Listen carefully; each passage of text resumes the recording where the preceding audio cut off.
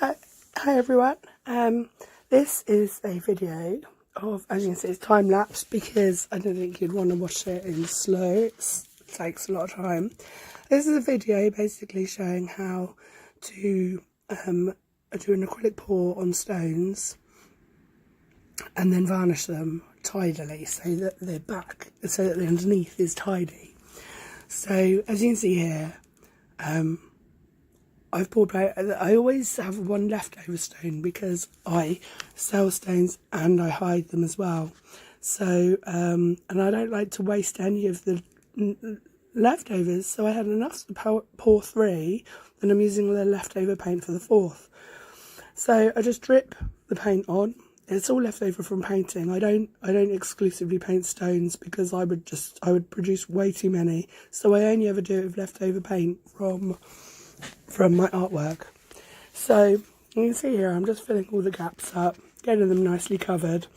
It was a nice mix of metallic and opaque paint in this, which produced some really interesting effects and made it, the opaque paint ended up, when it was dry, looking like it was kind of above the iridescent. It's a really nice effect.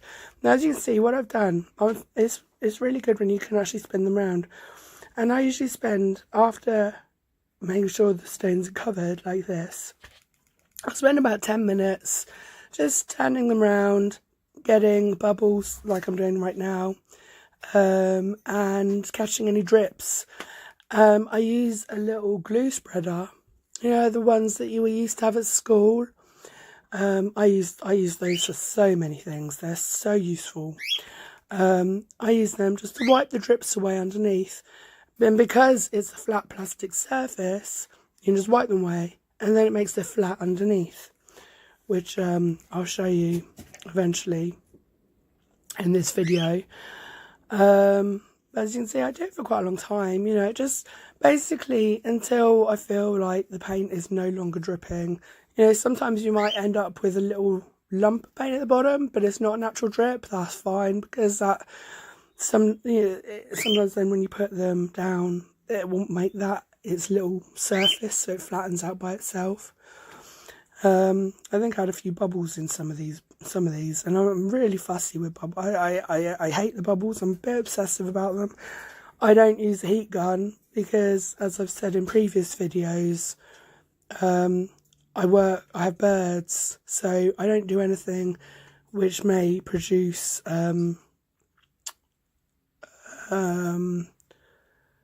what's the word? Chemical? No. I like the other word. As you can hear from my voice, I've had the flu. I've been ill for 2 weeks now. Oh, there you go.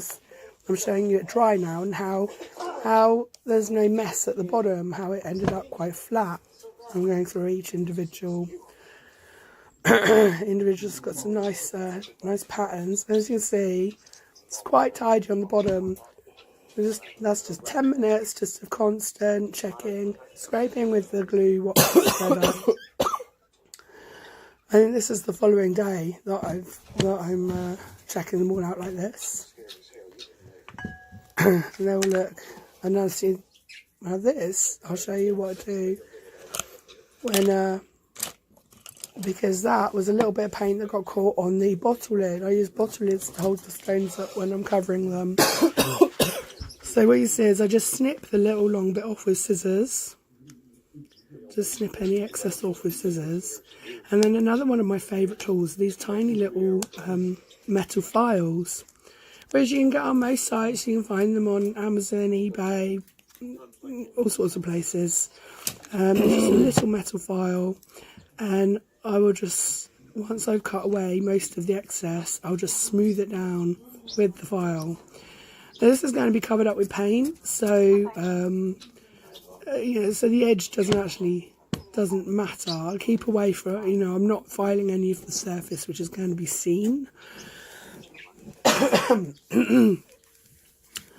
Yeah, so there you see I file it away. So out of the 4, I only had 1 which had the little, sometimes it's just where the paint's dripped down too far, and it's caught onto the bottle lid and dried onto it, and so then you have this little bit of excess paint. And as you can see, it's easy to get rid of. once it's dry, to completely smooth it down. So here I'm going to cover the backs in dark green. I usually go for black, but I went for green here because I had it mixed. And you know, the stones are green, so it's mixed with Liquitex pouring medium. It's the same mix as what I would use for a pour. As you can see, what I do is I put it on again with the glue spreader, because it puts it on thicker, which means you don't have to put numerous amounts of layers on, and also it will smooth out because of the Liquitex. The Liquitex is very good at giving you a smooth finish, so it smooths out and ends up giving you a kind of a similar to finish to the stone. And what you can see is I go around the edges with the spreader, so all the little bits, the edges, you know, I go right up to where the actual pour finishes, covering up all the bits where you've wiped the drips off. So you can't see that because it's all smoothed out. Because you've smoothed any little extra bits with the file, you can't see them, it's smooth. And then this will take a few hours to dry. You'd probably want to leave it a bit longer though, because obviously the paint isn't cured. But I find that you don't need to leave it as long as you do a painting. There's something about the stone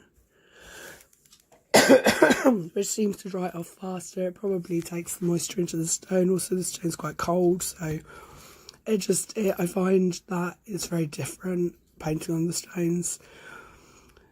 Now here, I've made a mistake here. You see, what you can see is I varnish them with Liquitex Gloss Medium and Varnish, but you can see I forgot to sign them first. I sign them first on the underneath, on the underneath covering. I sign them, I just put my name and I put the date. You can put whatever you like. Some people don't sign them, some people put different things. And again, then I put the Liquitex medium of varnish, which is different to the pouring medium.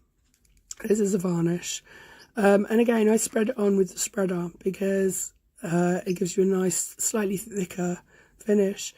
That way, it means the underneath, once that's dry, is done. This was left till the following day when I put this on. From when I coated the bottom. So this was all done over a period of days, because obviously you don't want to varnish until the paint is dry, and you want to wipe off any silicone oil as well, make sure that's all gone. So this was really just about showing you how to do the neat underside, and I'm really hoping that you can hear me properly, because it's quite a challenge to talk. So right, so here, so the bottom's dry, so I've got them back onto the turntable, and I'm holding them up again with the bottle lids. What I do is I just pour. Now, you don't want to pour too much on, you want to pour just the right amount of varnish on. And then the reason I don't use a brush is because I don't like the effect. I think if you pour it on and let it drip down, I think it gives you a much nicer effect. I move it like you would, say, glass paint. You know, how with glass paint, you don't paint it, you move it. And I do the same with the varnish. I never paint it, I help move it. But once it's dripped somewhere, generally I leave it unless I'm getting a bubble out. Now here, you'll see what I'm doing again is the same as when I painted it. I'm continuously moving it around and just wiping up any drips that are dripping down. I didn't get the big stone on camera again because for some reason that stone kept tricking me and I kept messing it up. But yeah, so here you can see I spend 10 minutes doing this, just moving them around. There you go, I've got a couple of bubbles I'm getting out. Bubbles aren't really a problem for the stones because the stones, you know, the bubbles are all sealed now with the paint. So this is just bubbles that I'm finding that are coming through from the varnish. And they just pick out really, I just scoop them out very easily.